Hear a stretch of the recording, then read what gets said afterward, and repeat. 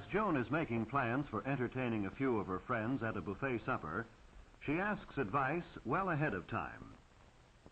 She has learned that what is correct in terms of etiquette is also highly practical and logical. So she asks what foods she should offer, how it should be served, and what preparations she should make for arranging a buffet supper table. On the evening of her party, just before her guests arrive, June has everything ready, but she needs help in actually setting the table. The buffet supper is a bit different from other meals in that it is served in the later evening when only a light meal is wanted. Chairs will not be needed at the table since the guests will eat informally, eating wherever they wish to seat themselves. A plain linen tablecloth is proper for this type of service, but it should be laid squarely and smoothly with the sides hanging evenly. For the care that is shown in entertaining guests is meant as a token of respect and friendliness.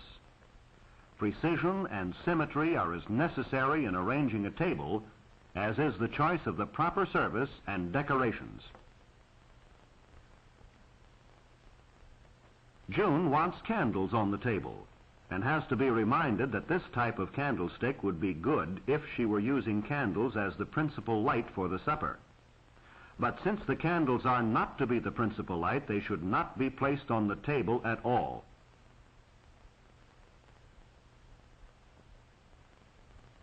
However, her centerpiece of fruits is a proper choice. It is attractive without being obtrusive, and it is not expensive. But it should be placed exactly in the center of the table. June enjoys the compliment on her centerpiece, but she still has a problem before her in arranging the table so that her guests can serve themselves without getting in each other's way. The answer is simple. Place things around the table in the order in which each guest will help himself. First, the knife and forks. These should not be stacked, but laid out singly. Staggering the forks helps the guest to pick one up easily. Each rule of etiquette has a logical explanation of this kind, and what may seem to be a small detail is still a way of showing consideration for a guest. The same principle applies naturally in larger matters. The buffet supper as a whole is designed as a simple meal which can be eaten simply. Since the guests will carry their food to another room, the service is made as simple as possible.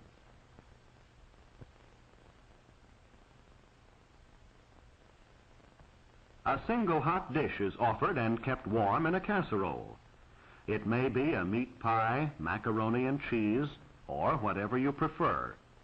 It should be substantial, but it need not be expensive. The object is to offer your guests something fairly hearty, but still a food that doesn't require a knife or cutting, for they will not be seated at a table. The same principle applies in offering a single cold dish, which is a balance for the hot dish. June has prepared individual salads which can be placed on the same plate as the hot food and can also be eaten easily without awkwardness.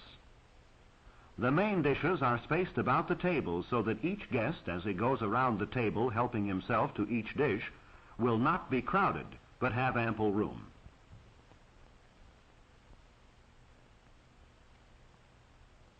The other foods may be placed conveniently between the main dishes. The rolls that June is serving are kept warm in a napkin, and they have already been buttered in the kitchen. In this way, the guest may put the roll on his plate and not be bothered with a bread and butter plate. The entire meal, except for the dessert and drink, is put on the single plate, even the relish, or hors d'oeuvres, celery, olives, radishes, pickles, and so forth.